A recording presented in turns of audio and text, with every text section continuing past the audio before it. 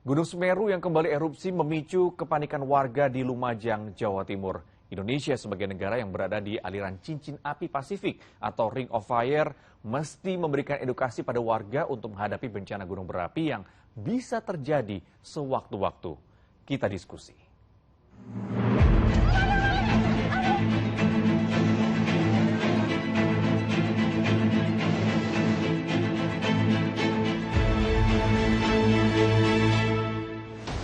Gunung Semeru erupsi lagi 4 Desember 2022, hari Minggu kemarin. Kalau nggak salah, tahun lalu juga sempat erupsi kan? Dan tahu nggak, ternyata tanggalnya sama persis, 4 Desember. Panik? Ya pastilah panik. Tapi di antara kepanikan itu ternyata ada beberapa warga yang enggan pindah, enggan dievakuasi, dan mereka tetap aja bermukim di kawasan yang rawan bencana, rawan bahaya aliran awan panas. Wah, ini kenapa ya? Tapi selain itu, kita harus waspada. Kita ini warga negara Indonesia yang berada di aliran cincin api Pasifik, atau istilah kerennya Ring of Fire. Kira-kira sudah paham belum? Apa yang harus disiapkan ketika terjadi bencana gunung berapi ataupun gempa? Yuk, kita diskusi.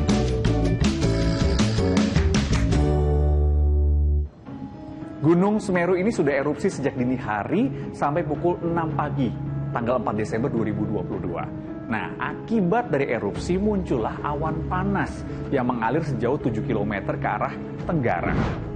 Warga sekitar Gunung Semeru ketika melihat awan panas ini muncul dari kawah Gunung Semeru langsung bergegas mengevakuasi diri. Tapi ada juga yang nggak langsung evakuasi, mereka bertahan sejenak mengamati arah angin. Nah, ini mungkin belajar dari pengalaman tahun lalu ya, melihat arah angin dari awan panas ini kemana.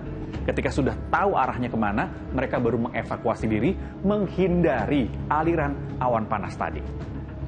Berikut saya akan cuplik wawancara dengan Bupati Lumajang, Thoriqul Haq. Ya, peningkatannya mulai dini hari ya, sekitar jam 2 sudah ada indikasi peningkatan. Jam 3, jam 4 sudah dilaporkan APG-nya sudah mulai turun. Jam 6, jam 7, jam 8 sudah ada percepatan APG turun. Hingga jam 11, jam 12 tadi yang sudah berjarak 10 kilo dan kemudian ditetapkan sebagai keadaan awas. Jadi sekarang ini Semeru dalam keadaan awas, tapi kita terus memantau kondisi keadaan di lapangan. Gak semua warga mau dievakuasi. Yang terbaru nih di Dusun Ubulan, Desa Supiturang, Kecamatan Pronojiwo, Kabupaten Lumajang. Ada 16 penghuni pesantren yang tidak mau dievakuasi. Padahal lokasinya ini masuk ke dalam zona merah erupsi Semeru. Dan lagi bangunan pesantren mereka itu sudah tertutup oleh abu vulkanik. Ini kan bahaya ya. Gak cuman sekedar awan panas saja, tapi ada bahaya-bahaya lain. Misalnya salah satunya adalah soal banjir lahar dingin.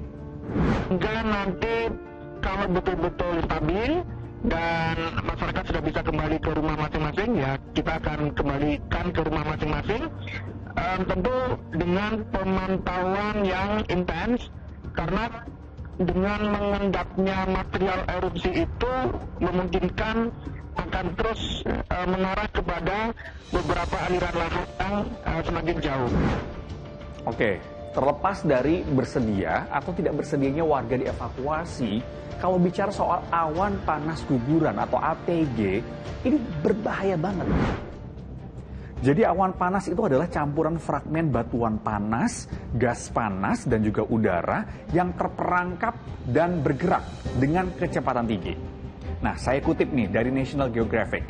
Penyebab terjadinya awan panas itu banyak banget caranya. Pada umumnya tapi, ketika kolom lava, abu, dan gas yang dikeluarkan dari gunung berapi selama erupsi kehilangan momentum ke atas dan jatuh kembali ke tanah. Suhu awan panas ini ada di kisaran 200 hingga 700 derajat Celcius.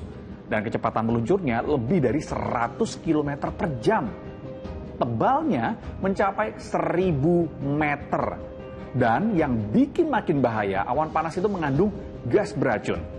Jadi kalau ada manusia yang bernapas di bawah awan panas, ini sistem pernapasan dan paru-parunya sudah dipastikan akan rusak.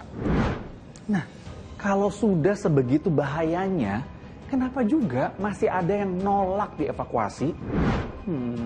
Bicara soal bahaya saat erupsi gunung berapi ini sebenarnya tidak bisa dilepaskan dari posisi Indonesia secara geografis yang berada di jalur Ring of Fire atau cincin api Pasifik, yaitu rangkaian gunung berapi sepanjang 40 km dan situs aktif seismik yang membentang di Samudra Pasifik. Nah, ini kenapa Indonesia itu langganan letusan gunung berapi dan gempa bumi. Ahli vulkanologi mantan Kepala PVMBG Kasbani mengingatkan, tinggal di Indonesia kita selalu berdampingan dengan potensi bencana, khususnya bencana geologi. Karena kita tinggal di lingkungan yang sangat unik di pertemuan lempeng dunia. Sehingga kita harus meningkatkan kewaspadaan dengan mitigasi bencana lebih baik. Oke, waspada. Tapi gimana caranya?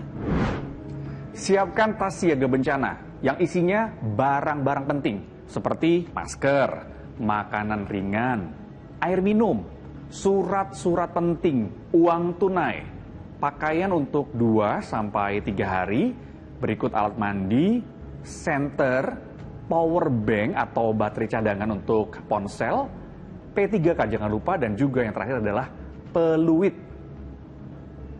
Penting nih, agar kita bisa bertahan sampai pertolongan datang. Oh ya, jangan lupa, letakkan di tempat yang mudah dijangkau. Sebenarnya kita, masyarakat Indonesia itu sejak dulu sudah paham kok bagaimana caranya hidup berdampingan dengan alam. Muncul kearifan lokal yang ada. Dan kearifan lokal ini bisa dipadukan dengan kemajuan teknologi untuk menjamin kesiapsiagaan kita terhadap bencana saat itu terjadi. Dan kesiapsiagaan ini tentunya bisa jadi bagian kehidupan kita sehari-hari.